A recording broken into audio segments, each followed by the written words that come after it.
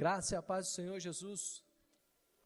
Abram aí a palavra do Senhor no livro de João, capítulo 10, versículo 1 aí. Em verdade vos digo, o que não entra pela porta no aprisco das ovelhas, mas sobe por outra parte, esse é ladrão e salteador. Aquele, porém, que entra pela porta, esse é o pastor das ovelhas. Para este, o porteiro abre, as ovelhas ouvem a sua voz, ele chama pelo nome as suas próprias ovelhas e as conduz para fora. Depois de fazer sair todas as que lhe pertencem, vai adiante delas e elas o seguem, porque lhe reconhecem a sua voz. Mas de modo nenhum seguirão o estranho, antes fugirão dele, porque não conhecem a voz dos estranhos. Jesus lhe propôs essa parábola, mas eles não compreenderam o sentido daquilo que lhes falava.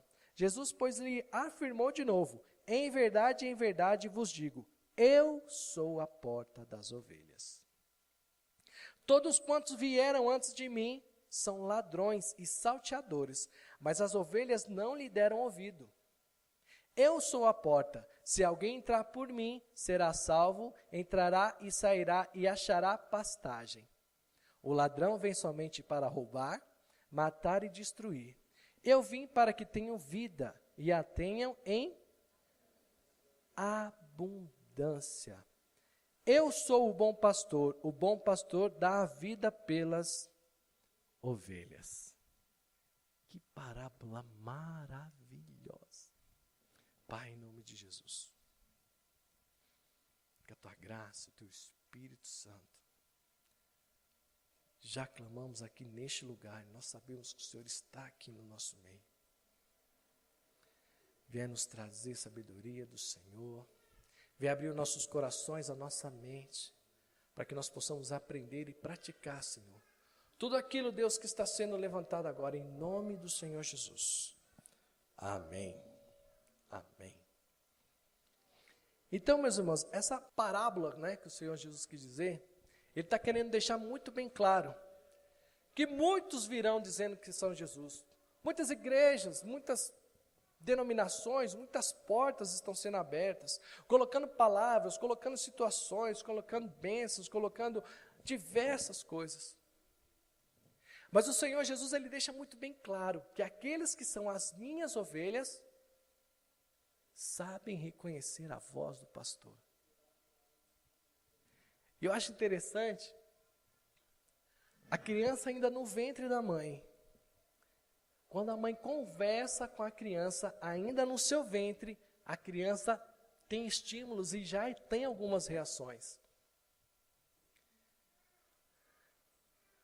Tanto a mãe quanto o pai. Eu lembro que quando eu colocava a mão na barriga, na gestação da Ana Clara, né, da Érica, e aí eu começava a cantar e começava a conversar com ela, ela já tinha reações. E quando ela nasceu, passado algum tempo, ela sabia reconhecer a voz do pai. E muito mais a voz da mãe, claro, né, que fica muito mais tempo. Né? E ainda quando bebezinho, eu ia fazer eles dormir, né? Às vezes de madrugada eles acordavam e eu ia fazer dormir, e eu sempre cantava no ouvido deles. Acho que é por isso que hoje eles gostam de cantar. Né? Então, se eu chego, eu falo, eles já sabem que é o pai. Se eu subir de longe, eles já sabem que é o pai.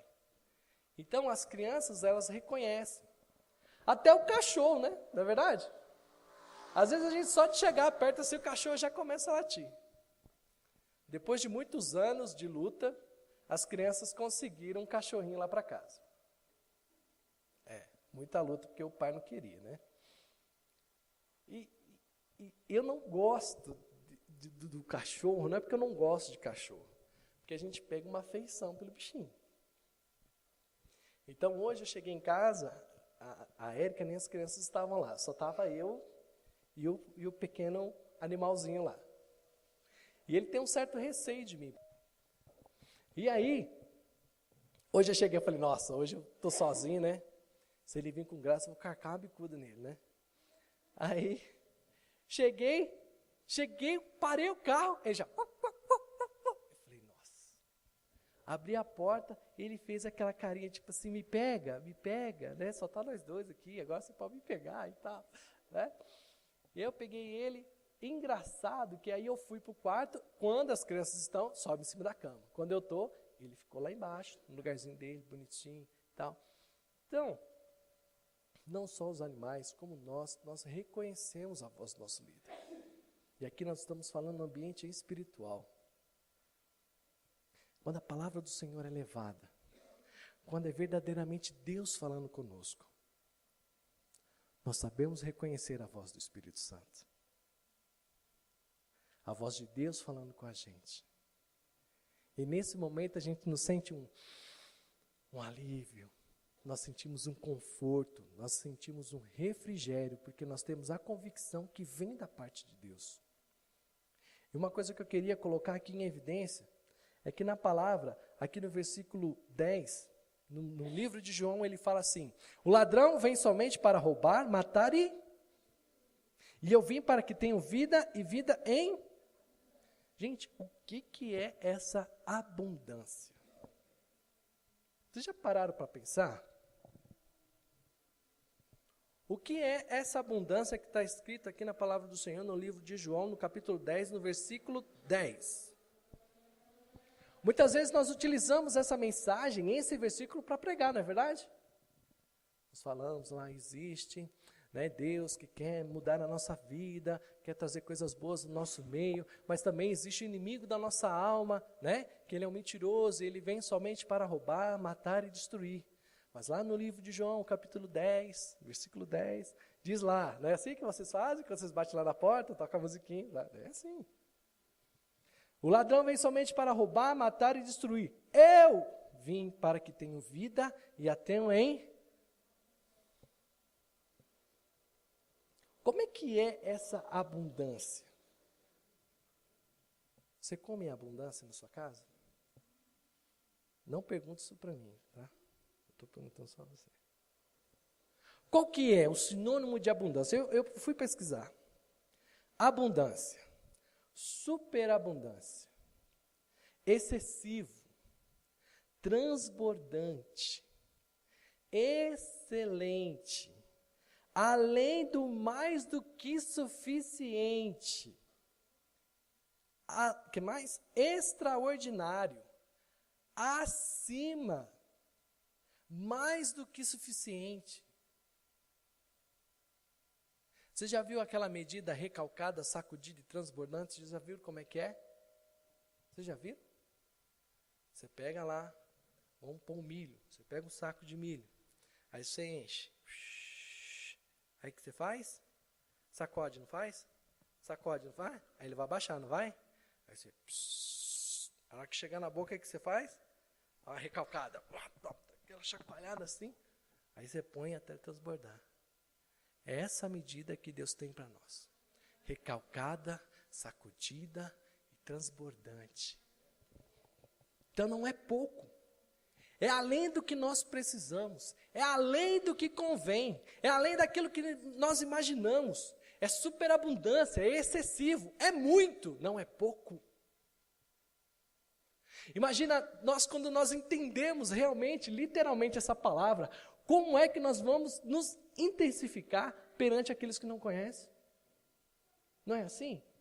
Quando eu tenho lá uma promoção, a gente compra uma calça, né? Baratinha, o que a gente faz? Conta para todo mundo, não é? Nossa, consegui comprar uma calça muito bonita, paguei R$30 na calça. Olha, tem uma promoção de sapato lá, R$70 de sapato social, nota 10, vai lá e compra, não é assim?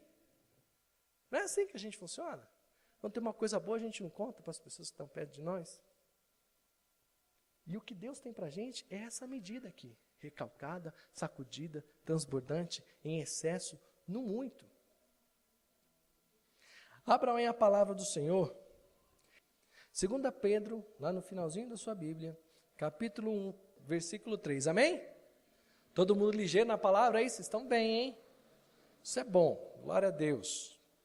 Então vamos lá, 2 Pedro, capítulo 1, versículo 3. Visto como, pelo seu divino poder, nos têm sido doadas todas as coisas que conduzem à vida e à piedade, pelo conhecimento completo daquele que nos chamou para a sua própria glória e virtude. Ah, que coisa maravilhosa. Então quer dizer que Deus, Ele nos capacita para que nós possamos vivenciar toda essa presença que é superabundante e está à disposição da nossa vida. Amém? Olha que coisa maravilhosa. Mas existe ao outro lado o inimigo. O inimigo da nossa alma. O sujo, o coisa ruim. Cada um coloca um nome diferente. Que tenta fazer com que nós que conhecemos a verdade não possamos desfrutar de todas essas bênçãos que Deus tem para nós. Deus faz comunhão com o pecado? Se eu estou em pecado, eu estou o quê? Separado. Eu não tenho comunhão com Deus. A palavra de Deus diz, quando nós recebemos o Espírito Santo, através de uma oração, né? Eu recebo o Senhor Jesus como o único suficiente, Salvador da minha vida, tal. Aí eu desço as águas como cumprimento de uma ordenança, para que num ato público todas as pessoas reconheçam que eu sou batizado, que eu reconheço a Cristo, que eu fui salvo em Cristo Jesus, eu me torno uma aliança com o Senhor. Amém? Mas aí o pecado, ele me separa. E quando eu peço perdão, amém? Por isso que Jesus Cristo voltou. Porque se você abrir a palavra do Senhor lá, no livro de Gênesis, capítulo 1, versículo 26, disse Deus: façamos o homem à nossa imagem, conforme a nossa. Tenham ele domínio sobre os peixes do mar, sobre as aves do céu, sobre os animais domésticos, sobre toda a terra e sobre todos os répteis que rastejam pela... Gente, que coisa maravilhosa. Olha o que Deus preparou para nós. Uma vida de paz, uma vida de alegria, tudo à disposição, tudo bonitinho, né? Os frutos lá nascendo, os animais, todos eles submetendo a nós podemos matar, comer, vivendo todo mundo em harmonia. Até que um dia entrou o pecado sobre a vida de Adão e Eva. Não vamos discutir quem errou. Amém? Vamos deixar para outro dia. Né? Escola bíblica, né? Um outro tema para a gente poder aprofundar melhor. Mas o pensamento de Deus naquele momento já era nos trazer essa vida em abundância. Parou para pensar? E por causa do pecado, Adão e Eva foram expulsos. E aí depois, Deus veio novamente, e até que Jesus veio novamente fazendo um sacrifício final, né? Que foi lá na cruz do madeiro, morrendo pelas nossas transgressões, e nos trazendo de volta a oportunidade de sermos reconciliados pelo sangue de Jesus, sacrificado na cruz. Amém? Abram aí Deuteronômio capítulo 8.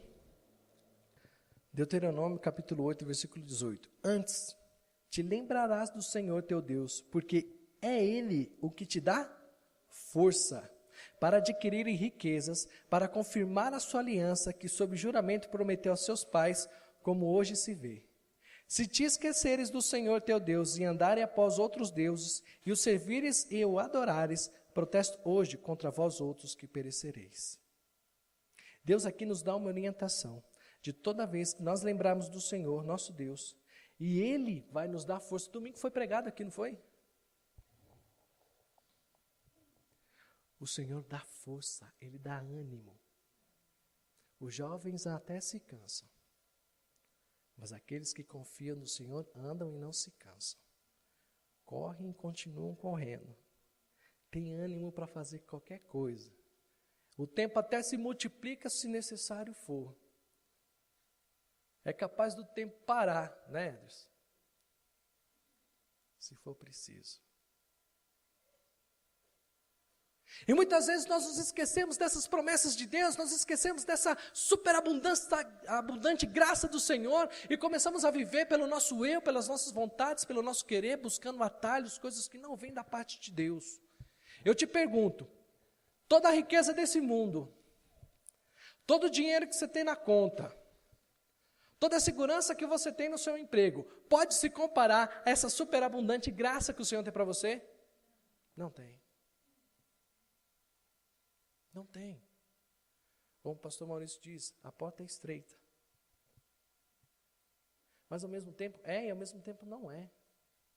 Porque se eu vivo por amor a Cristo, essa porta não é estreita, essa porta é maravilhosa. Essa porta me traz alegria, essa porta me traz o transbordar de Cristo sobre a minha vida. Essa porta me faz enxergar o que os ímpios ainda não enxergam. De nós vivemos com alegria, e alegria não é alegria de riqueza, de dinheiro, não.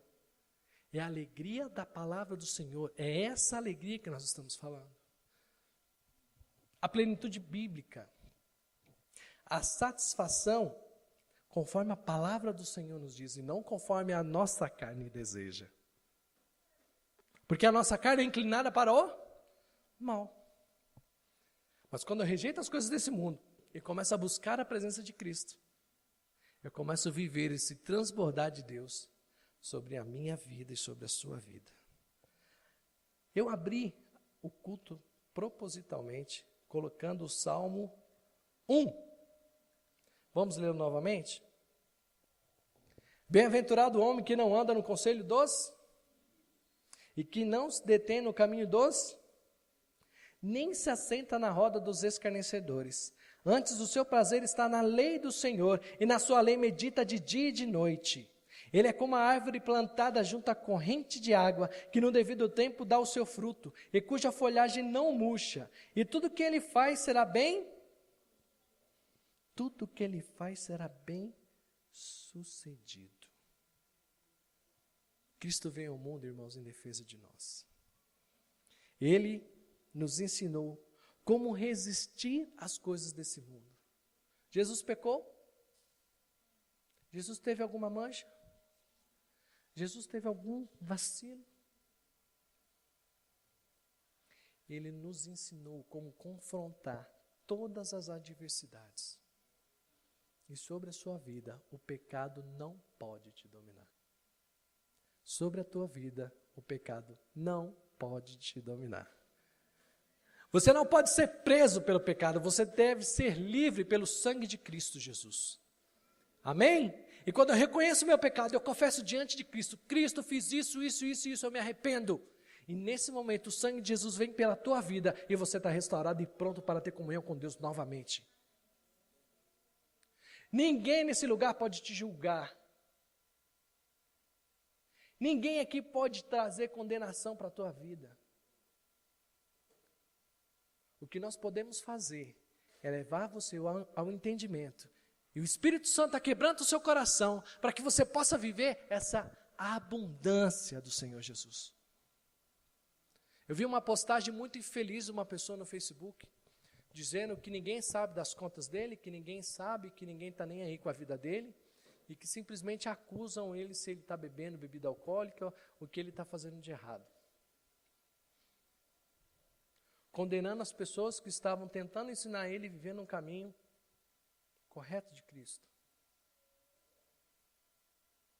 A minha vontade foi ligar para ele e falar assim, meu irmão, a boca fala porque o coração está cheio.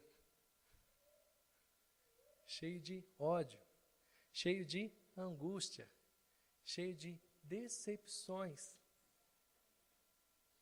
cheio de nada, vazio, desespero, tormento.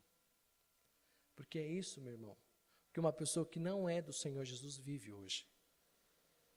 Vocês já perceberam como as pessoas estão extremamente agressivas? Extremamente agressivas. Outro dia, não dei uma seta, eu me perdi em Alfenas, olha que coisa. Mudei de cidade, já estou ficando assim, né? Aí eu fiquei indeciso numa rua assim, daquele 2 segundos de indecisão, virei a esquina, mas o moço deu uma buzinada tão grande na minha traseira, e eu estava parado, ele simplesmente saiu assim.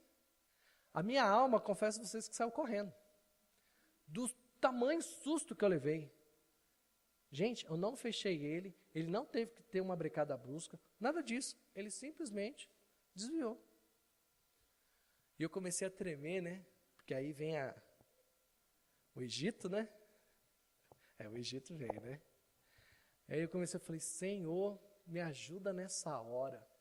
Porque a minha vontade é pegar o carro e ir atrás dele, ele é baixinho, na hora que ele vê o gordo grande desse jeito, ele vai tremer. Aí Deus já falava logo assim, meu irmão, levante sua mão e abençoa a vida desse homem, porque ele ainda não conhece Cristo. Eu falei, amai os nossos inimigos. Como é difícil, né? Eu vi ontem no jornal 2 pessoas andando no posto de gasolina, o cara chegou com um porrete, sentou na cabeça do cara e matou, porque ele torce por outro time. Não brigaram, a pessoa ela nem viu, acho que ela nem sabe por que ela morreu.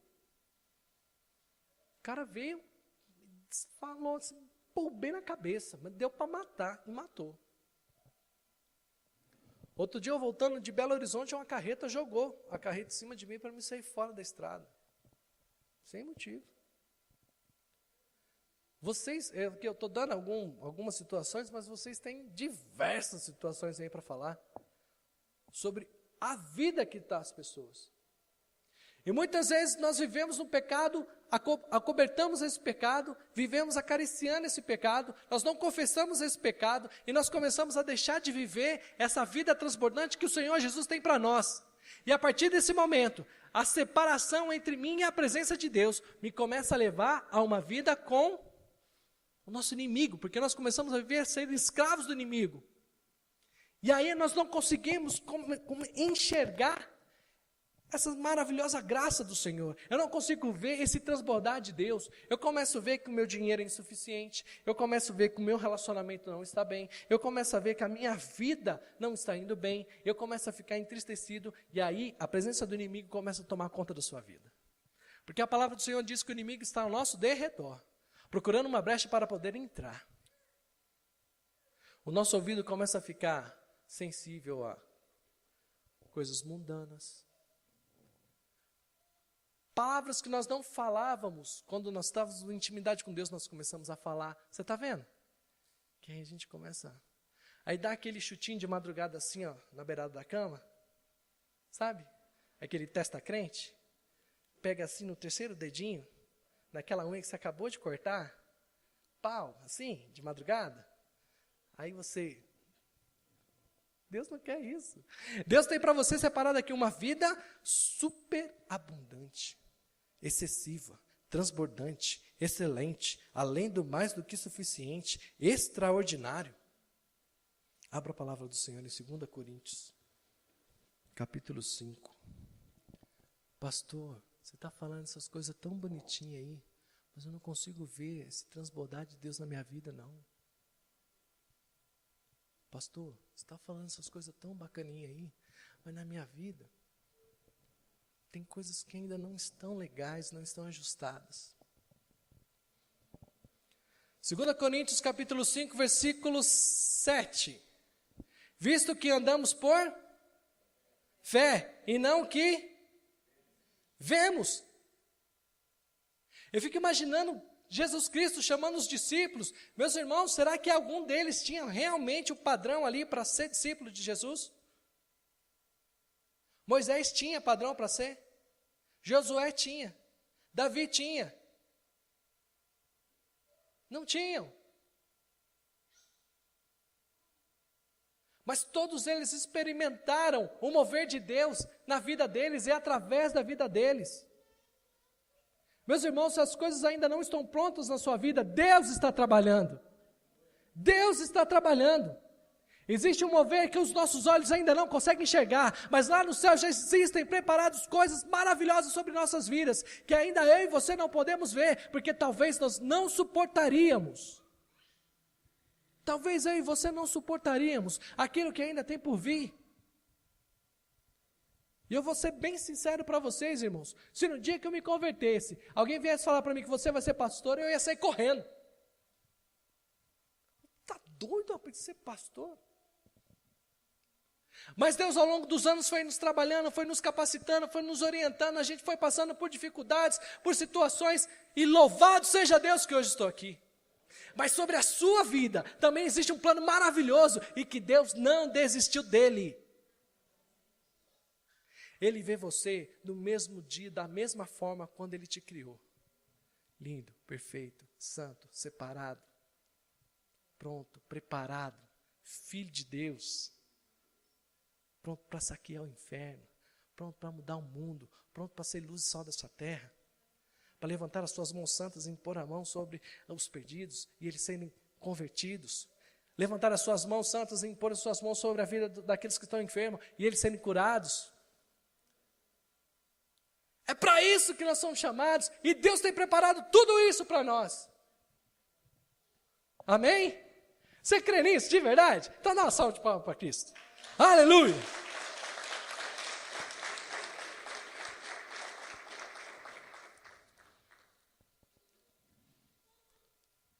Nós não vivemos pelo que vemos. Nós aguardamos aquilo que Deus tem para nós. Abra aí a palavra do Senhor para eu terminar. 1 Pedro capítulo 1, versículo 15. Santidade na vida. Pelo contrário, segundo é santo aquele que vos chamou, tornai-vos santos também vós mesmos em todo o vosso procedimento, porque escrito está, sede santos, porque eu sou.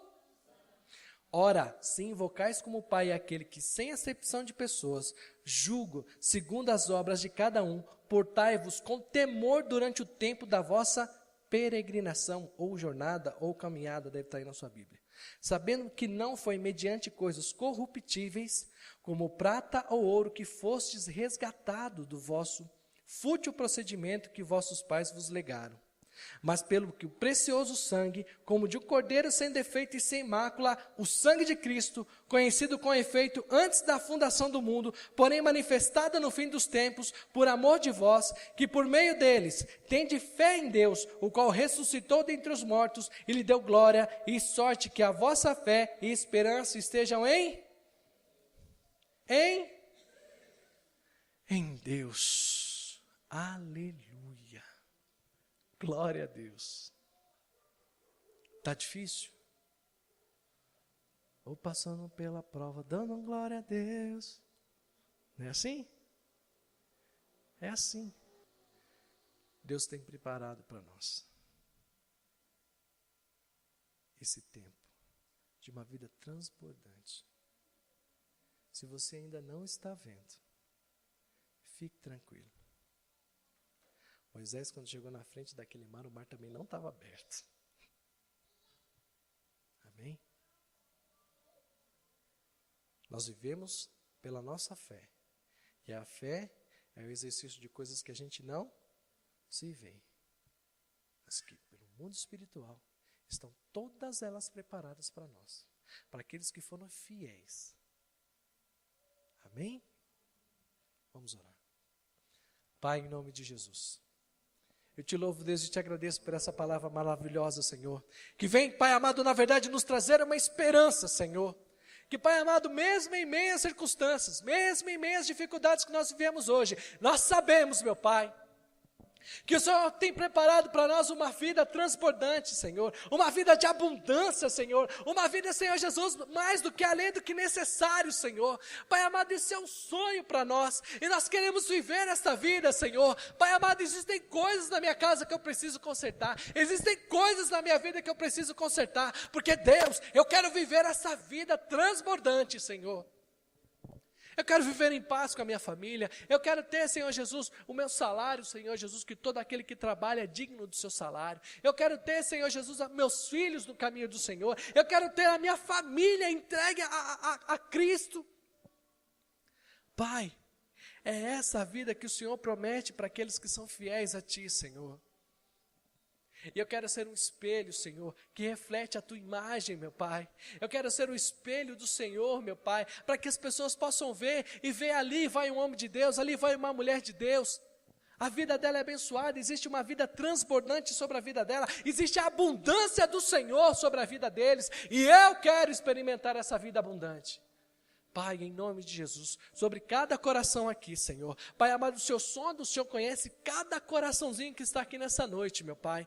Abre os olhos espirituais, mostra aquilo que precisa ser mudado, aquilo que precisa ser restaurado, aquilo que precisa ser consertado. Dá força àquele que está cansado, Senhor. Levanta aquele que está caído, meu Pai, para que Deus, em nome de Jesus, nós possamos, Pai amado, viver essa comunhão maravilhosa e desfrutar, Senhor Jesus, das bênçãos separadas para nós, Senhor Jesus, que estamos em Cristo Jesus. Aleluia. Glórias a Ti, meu Pai. Vamos dar uma salva de palmas para Cristo Jesus. Glória a Deus.